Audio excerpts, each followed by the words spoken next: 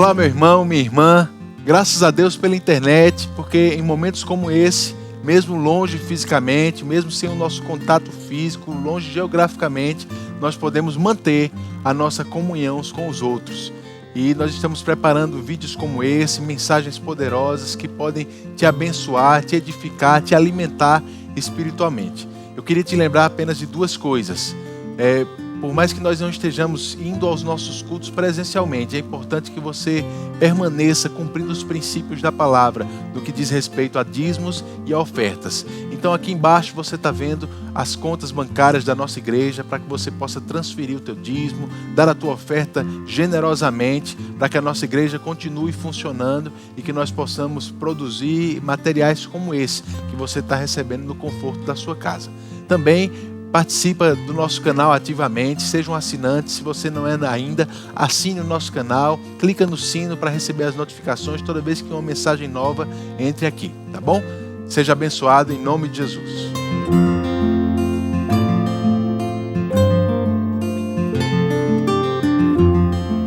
Olá, graça e paz, amados irmãos.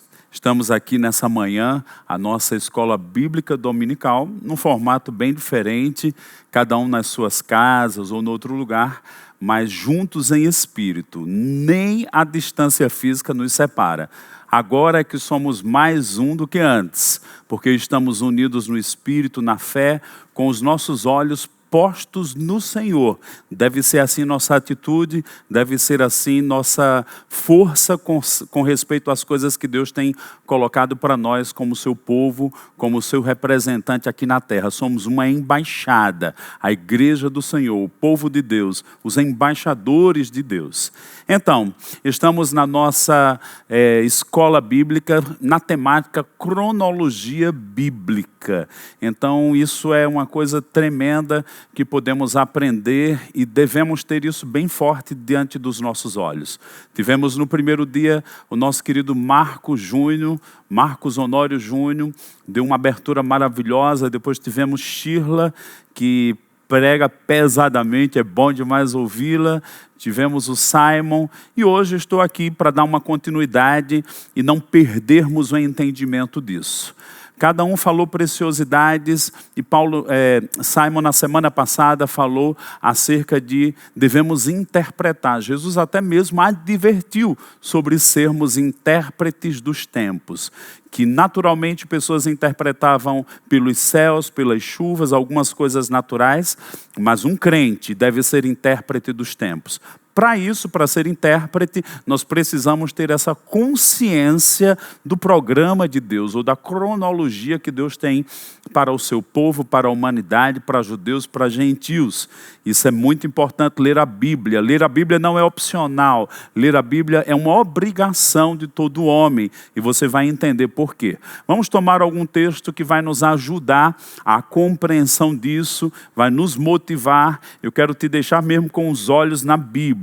Ter os olhos em Jesus, ter os olhos em Deus não é só uma coisa emocional, é algo que deve ser mesmo de meditação, de firmar os olhos na palavra.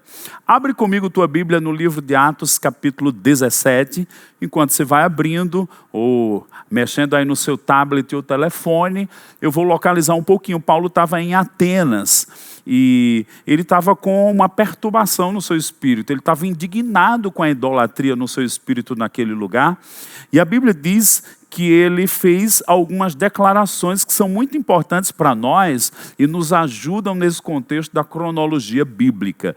Isso vai abrir teus olhos nessa manhã, eu creio numa atmosfera do Espírito Santo, trazendo entendimento, sermos intérpretes de que tempos estamos vivendo hoje, diante de tantas coisas, e também termos uma consciência do que há de acontecer. O nosso Deus mostrou a história futura antes dela acontecer. Ninguém faz isso, Ele faz. E deixou nas Escrituras isso bem apontado para nós.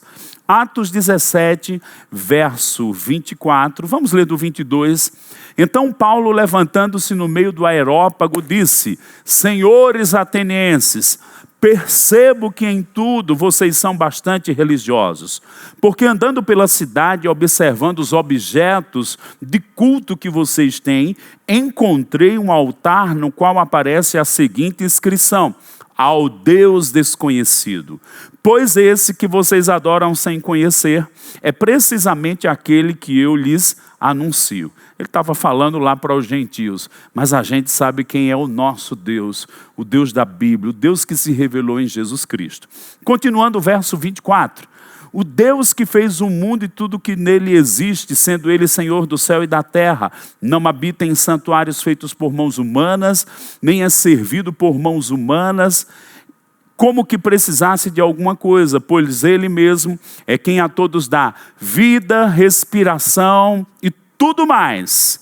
De um só homem fez todas as nações para habitarem sobre a face da terra, havendo fixado os tempos previamente estabelecidos e os limites da sua habitação, para buscarem a Deus, se porventura tateando possam achar, ainda que não esteja longe de cada um de nós, pois nele vivemos, nos movemos e existimos, como alguns dos vossos poetas disseram, porque dele também somos geração. Portanto, visto que somos geração de Deus, não devemos pensar que a divindade é semelhante ao ouro, prata, pedra, trabalhado pela arte e imaginação do homem. Deus não levou em conta os tempos da ignorância, mas agora Ele ordena a todas as pessoas, em todos os lugares, que se arrependam. Porque Deus estabeleceu um dia em que julgará o mundo com justiça por meio de um homem que escolheu e deu certeza disso a todos, ressuscitando dentre os mortos.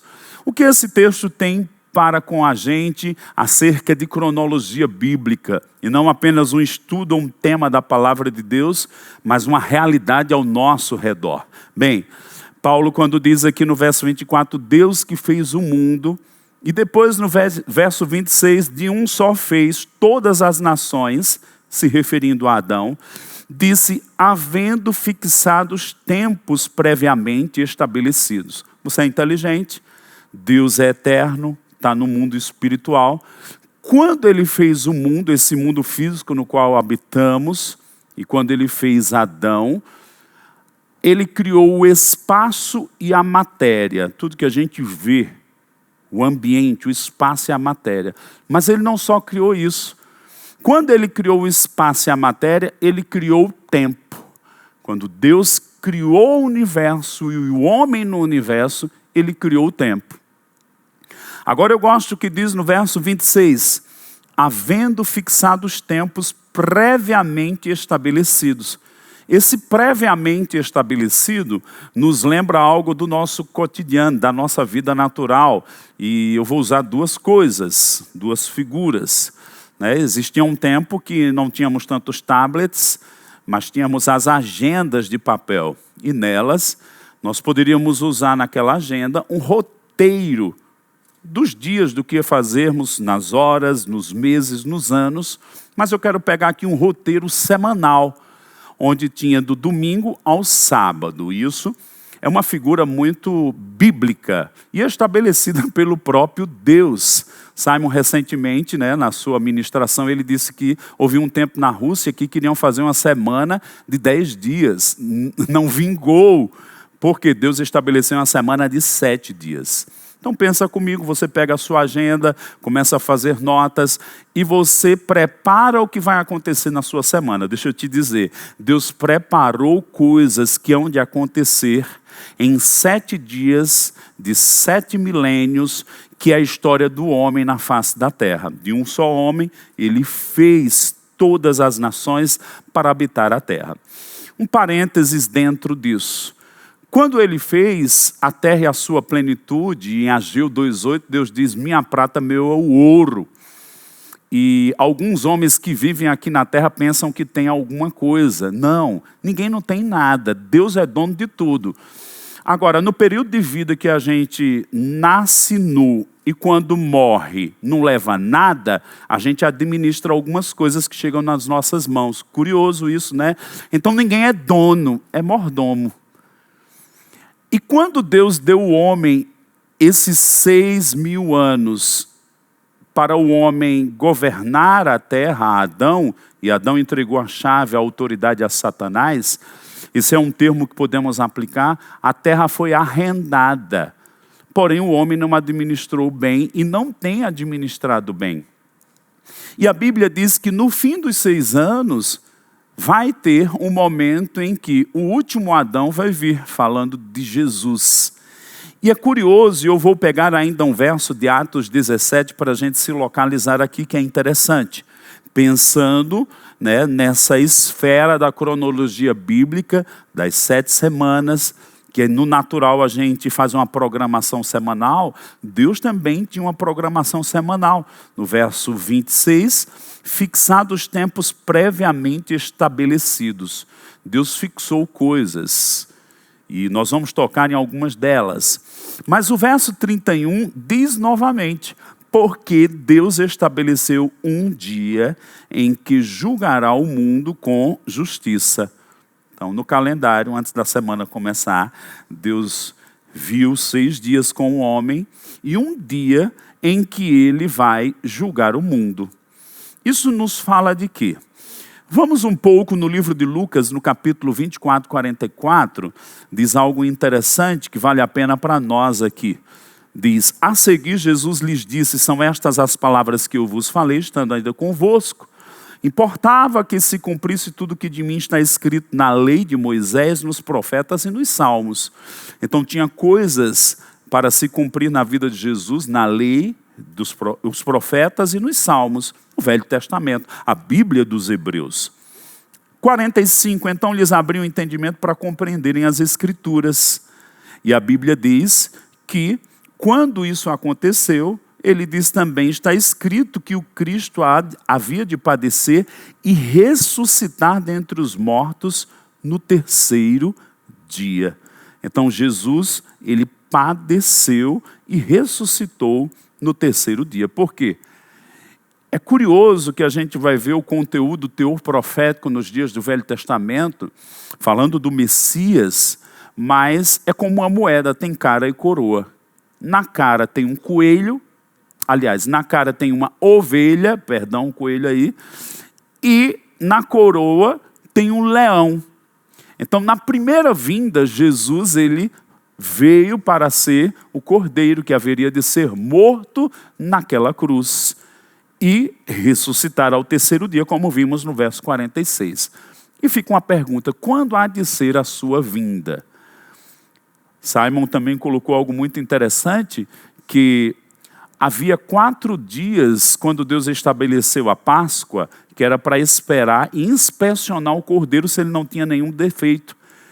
E ele aplicou esse princípio para Jesus, porque Jesus veio no 4º dia da semana de milênio, que Deus preparou, 7.000 anos. Então, de Adão a Jesus, 4 dias de 1.000 anos. Porém, onde fica a última vinda de Jesus? Fica no fechamento do 6º milênio. E não precisa ser muito, precisar pesquisar demais, está diante de nós. A Bíblia diz que nós estamos cumprindo esse período de 2.000 anos. De quê? De que Jesus morreu, ressuscitou e foi para a direita de Deus. Onde ele está agora? Está sentado à direita de Deus. Mas a Bíblia também mostra que ele vai voltar. Só que ele não vem mais como um bebê, vem como um leão. Agora, pensando nisso, eu queria ainda ler um texto de Judas.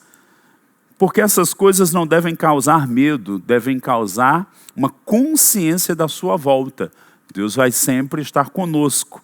A Bíblia diz em Judas, no verso 1, Judas, servo de Jesus Cristo, irmão de Tiago, aos que foram chamados, são amados em Deus Pai e guardados em Jesus Cristo. Que a misericórdia, paz e o amor lhes sejam multiplicados. Do verso 3 ao verso 20, nós vamos ver uma advertência dos apóstatas, desde os anjos, pessoas do Velho Testamento, rebelião de Coré, e aqueles dias da igreja que tinha gente apostatando da fé. Mas o verso 20 diz: meus amados, edificando-os na vossa fé santíssima, mantenham-se no amor. O verso 22 diz: tenham compaixão de alguns que estão em dúvida, salve outros arrebatando de fogo. Quanto a outros, sejam também compassivos, mas com temor, detestando até a roupa contaminada pela carne. Então nós somos guardados em Cristo Jesus. E sabe, devemos nos mover para que esse tempo seja um tempo de grande colheita, mas um tempo de consciência, um tempo de andar com Deus, um tempo de perceber as coisas do alto, um tempo de nos firmarmos na palavra como nunca antes devemos nos firmar nessa palavra. Eu quero te inspirar a você entender que existem os tempos de Deus. E eu declaro que esse é um tempo onde nós vamos ver milagres como aconteceu naqueles dias no deserto. Em meio a intervenções que aconteciam no Egito, para o povo da aliança, havia uma intervenção divina os guardando. Deus criando um caminho no mar e levando o povo a um lugar seguro. Ele é aquele que nos guarda. Judas, verso 1, amados em Deus Pai e guardados em Cristo Jesus. Nós somos a igreja, nós pertencemos a Deus e Deus cuida de nós. Fica debaixo dessa palavra, dessa atmosfera da consciência de Deus. Nenhuma praga chegará na tua tenda.